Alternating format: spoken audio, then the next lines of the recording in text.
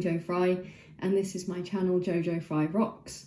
And over the weekend I had an excellent jam session, the first time that I've really jammed with anyone else and another guitarist in probably about 20 years. And it was really fun, really exciting to be doing that kind of thing again. And it made me think about how much I've enjoyed just playing this guitar, my acoustic guitar. I've done a couple of acoustic things recently. One of them was the Wanted Dead or Alive cover, which I absolutely love, and I always enjoy playing.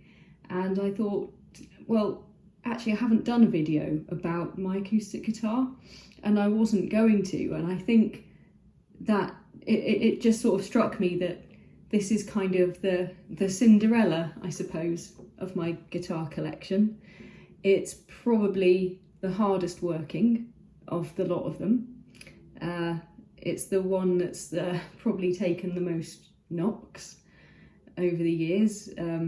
It's definitely the one that's been out there the most and played in kind of open mic nights and you know, house parties, campfires.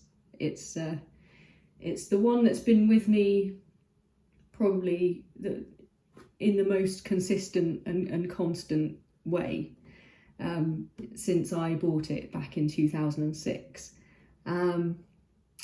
It's a Yamaha. It's really nice. Beautiful abalone inlays there, and a lovely ebony bridge. I think it's I had to look this up actually because I couldn't remember, but I think construction wise it's a spruce top and sycamore, I believe. Yeah, sycamore on the sides and solid spruce top. So it's really nice quality, lovely finish. As I say, other than the kind of knocks and scratches that I've put on it over the years, but it's still in fairly good shape. It's not doing too badly. The binding used to be white. It's all gone a little bit yellow now, just with age, but I don't mind that. I don't think it detracts from the look, to be perfectly honest. But yeah, it's not one that I was actually planning on talking about, except that I thought over the weekend that it deserves its own video. It deserves to have a dedicated video to it, but also a kind of, in the wider sense, a video about my acoustic playing, because it is absolutely, as a guitarist, as a player, it's my comfort zone. It's where I started, of course, with my 3/4 size little rosewood guitar, steel strings, so wasn't a nylon or kind of classical Spanish style guitar. It had steel strings. It was just a small sized guitar, and I graduated onto sort of playing my dad's guitar when I outgrew that, and I was still at home then, obviously. And my dad, I think, had I'm gonna say Echo. I think it was a very Western style guitar. You know, it had a real kind of cowboy look to it, which I thought was cool. And yeah, I would tend to kind of play that one, and I remember it being super loud, way louder than this. So this one is obviously it's a thin line body, because it's a semi-electric or semi-acoustic, whichever way you want to look at that. I'll talk about the electrics and stuff in a minute.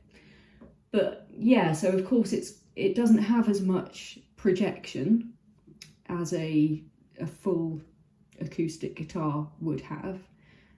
But I think that actually works in its favour, because it doesn't drown you out when you're trying to sing with it, and you know, you don't have to kind of push your voice so much if you haven't got a microphone, which, you know, when you're just kind of sitting around at, you know, a house party or something, you're not going to have a microphone or anything. So, you know, it's useful to have a guitar that is not so loud in that respect. So yeah, I just remember my dad's being really, really loud, and therefore I wasn't always sort of really able to kind of go for it on that one, because it just made too much noise in the house, really. So yeah, when I then left home and everything, I didn't actually buy myself an acoustic guitar. I had you know, quite a few electric guitars by that point, and then when I was kind of in a band situation, we were playing electric guitars. So, you know, I had about 4 then, I think, and it didn't occur to me really to get one of my own, an acoustic. So it wasn't until 2006 when I bought this, and I bought this from Manson's in Exeter, and I remember it being like insanely expensive, or what I perceived to be insanely expensive at the time. I think it was at least like 600 quid or something. But you know, I had a credit card. I was working, you know, could pay it off over a certain amount of time. And the reason why I decided to go for such a huge investment was because by that time I didn't have anyone to be in a band with. All, you know, my band members were all kind of off doing different things, and we'd all gone our separate ways. So the only thing I was doing really, or could do at the time by myself, was go around the sort of pubs and do the open mic nights. And by and large, you know, people would lend you a guitar when you turned up at these things if you wanted to do a couple of songs. But of course that doesn't really help if you want to practice and if you want to actually be any good when you rock up on the night. So and also around that time, one of my friends said that she'd be up for doing a kind of duo thing. So I thought, okay, I'm gonna get myself specifically an electroacoustic, because I wanted to be able to plug it in to do those kind of performances. So I went into the shop and tried out a few, and although this was, you know, I saw this as being very, very pricey, I also kind of recognised that it was really, really good quality, and I thought, well, this is the only one I'm going to buy. This is going to be, you know, the one I'm going to use time and time again. So it felt like it was worth it.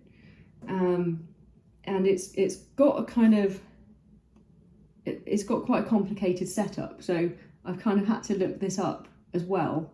So you have a piezo pickup, which is kind of mounted under the saddle, but there's also a condenser mic, and I can't really show you it because it's inside the sound hole. It's kind of in here,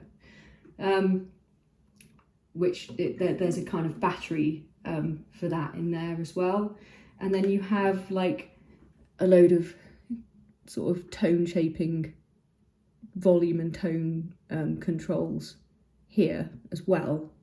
So it's really versatile. You can get quite a lot of different sounds out of it, depending on what you want to do. It's very, I'd say naturally, acoustically, it's very top endy, but I quite like that quality, you know. I think that's nice. I like the natural harmonics and overtones that it produces.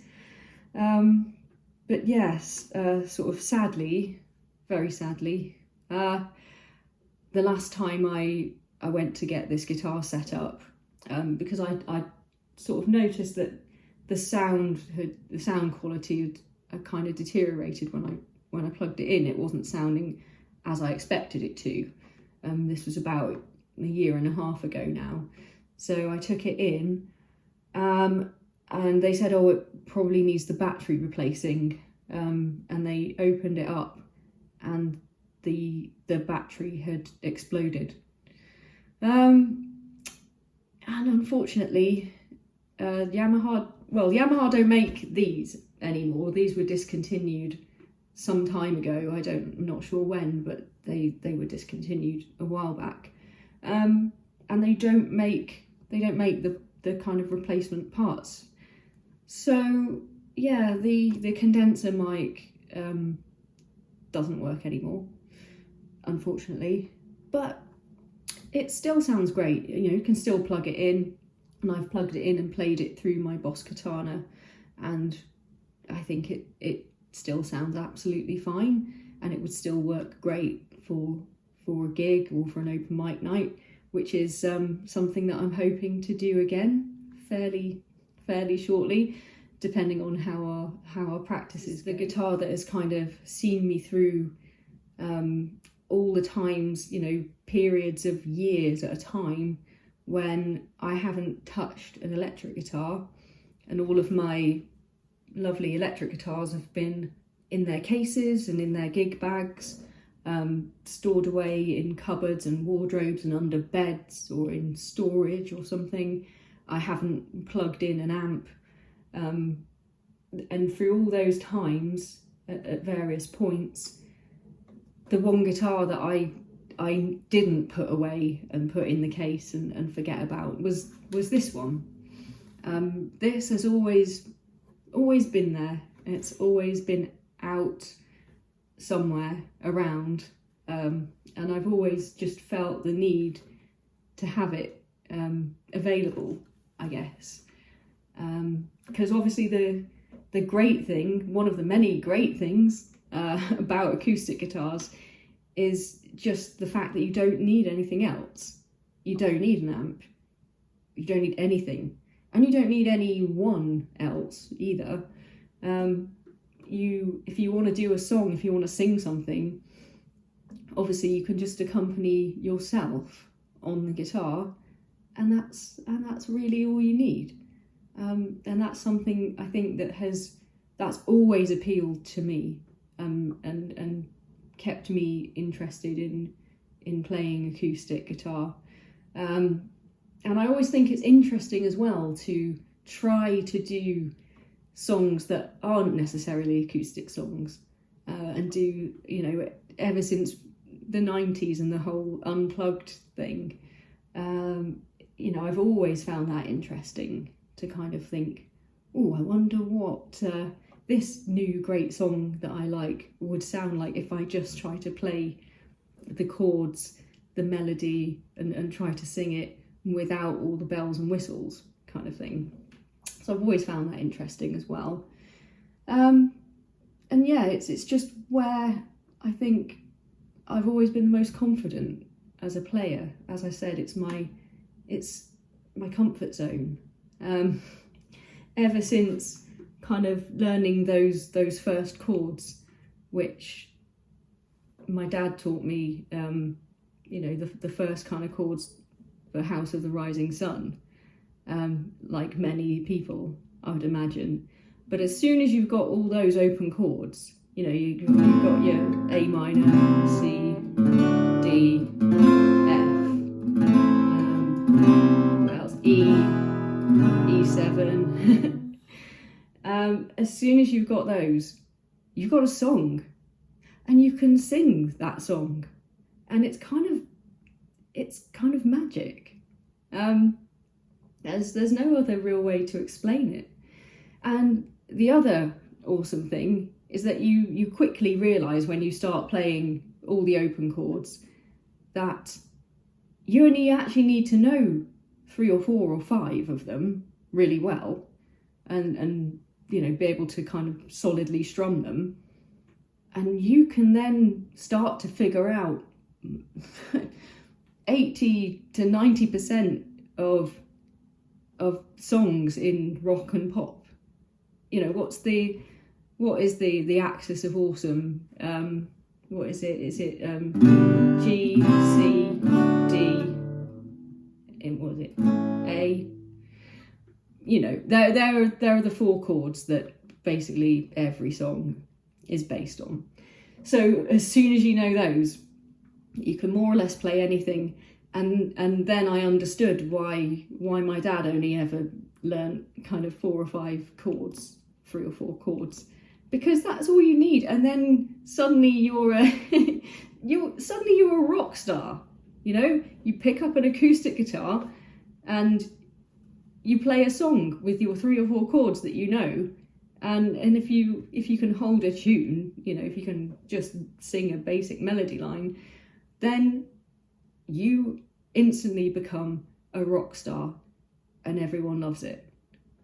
And that is not really something that you can't really achieve that with an electric guitar. You've got to put in at least a bit of work, unless you are, you know, aiming for that kind of punk vibe and just kind of making a lot of noise, and you want to just be kind of really in your face and all the rest of it.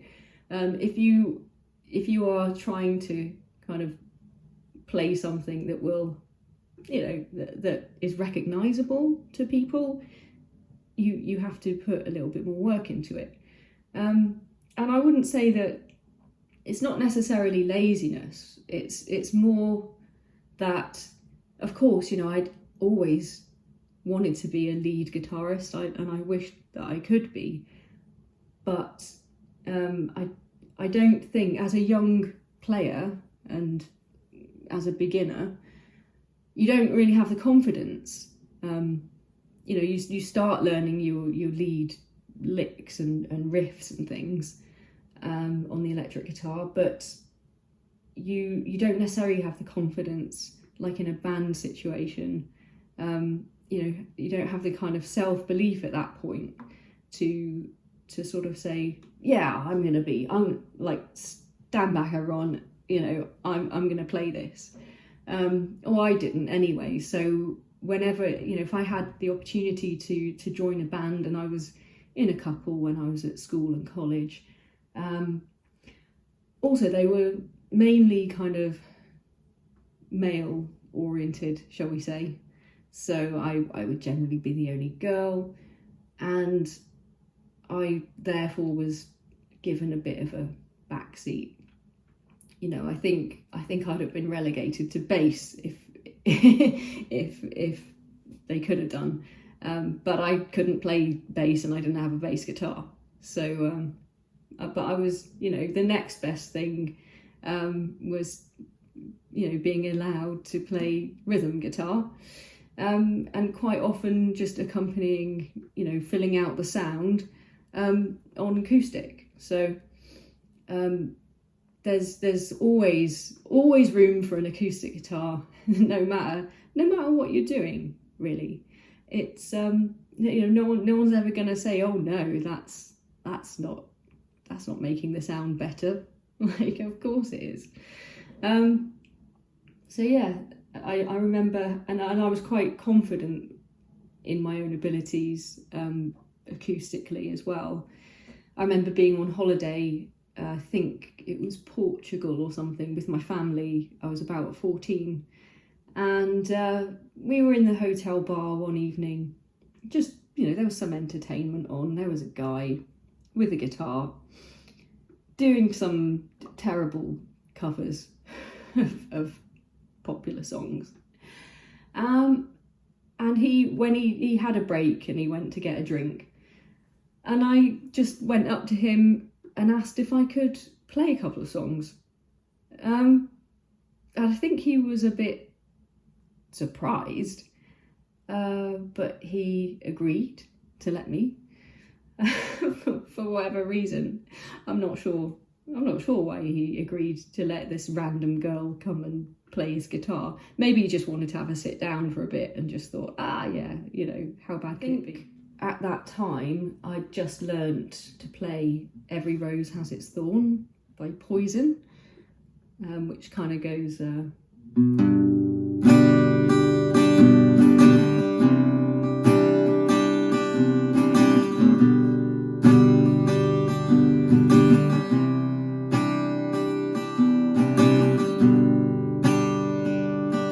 etc, etc. It kind of just goes kind of C, G, and I think maybe D.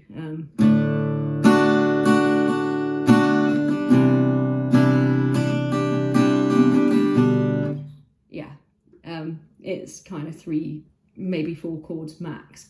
And once you kind of understand that whole add ninth thing, so rather than just playing a straight C to G, I think also I had recently learned that kind of trick to just add your little finger, and then you are just going between, you're keeping the kind of ring finger and little finger in place there, sort of rooting yourself, as it were, because you can also then move to the D sort of quite easily. So you're just moving between these 2 strings, same shape, exactly same shape, just 2 strings up and down, and then D, and just kind of rooting yourself there. And I think once I'd kind of played that one, he didn't get up again. So I thought, I better keep playing then. And so I just pulled out anything that I knew at that time, House of the Rising Sun, of course, like the first song I ever learned. And I just I think I did about 4 or 5 songs or something in the end. And it was absolutely brilliant. I had a fantastic night, and he came over to my parents and said, "Can she come with me to my next gig?" And they were like, no, absolutely not. Strange Portuguese musician man, like, no. Well, I would have gone, obviously, but that was not to be. So yeah, like I said, over the years when I wasn't necessarily performing or in a band or making music at all, I still had this particular guitar at hand, really more or less at all times.